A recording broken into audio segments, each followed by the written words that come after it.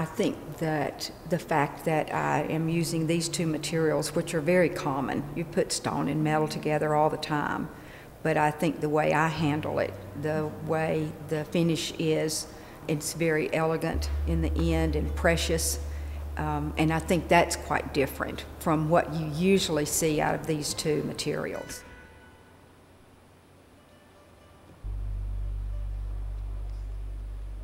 It has to be just a certain way, and especially in the most recent work, there's a real precious, as Carol said, pristine quality to it, and we sort of think of Verina sort of as being pristine. And there's something so precision and precise about it, and yet they're so solid and strong, multi-meaninged.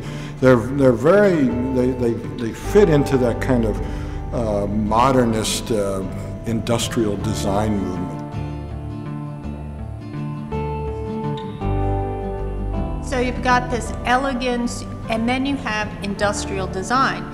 So you've got these things clashing up against each other.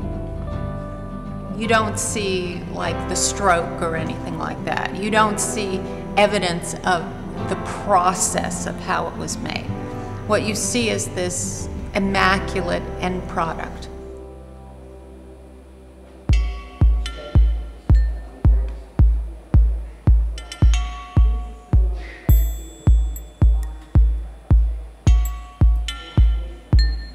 As far as working with the stone itself was just, that material was what I had been looking for my entire life. 30 minutes into my first experience, I knew that this was what I was going to work with. There's just a rhythm that starts happening, and you're not thinking about what you're doing. And as part of that, you're working on shapes and things that otherwise maybe in your mind you wouldn't naturally have done. I think my interest in nature, my desire to participate with my gardens and plants and all of those kind of things, I think that the stone itself is an extension of that. It's part of the earth, and I like the surprise of it and the lack of control that you have of what the piece is going to look like or what's going to be inside that stone. And I think my masculine side is very attracted to the machinery that's part of this work, to the hardness of the material, and maybe I'm really kind of enjoying that I'm working with the guys on most of this, that there aren't a lot of girls and female attitudes in this work. You work like guys work when you do this work.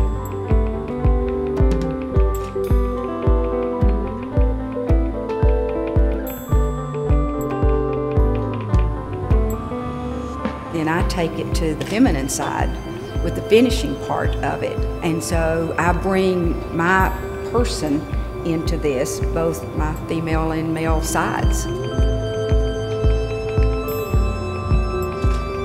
To be able to start with this stone that is so rough and ugly and bruised, and in the end have this beautiful product that's a finished product that's polished and shiny, is kind of what I'm about.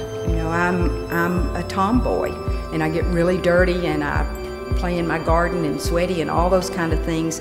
And then the opposite of that is I love dressing up, and I love beautiful clothes, and I love pearls and diamonds and all those kind of things.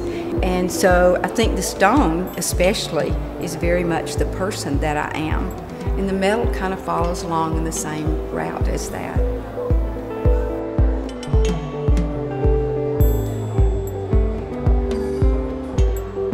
I'm like everyone else, I have a really big ego.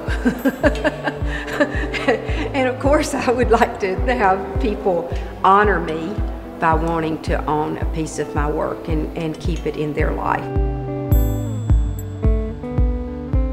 It matters because I have to create something all the time, and I think the day that that goes away, that I'm not dreaming or planning, then I think that'll be the day that I die.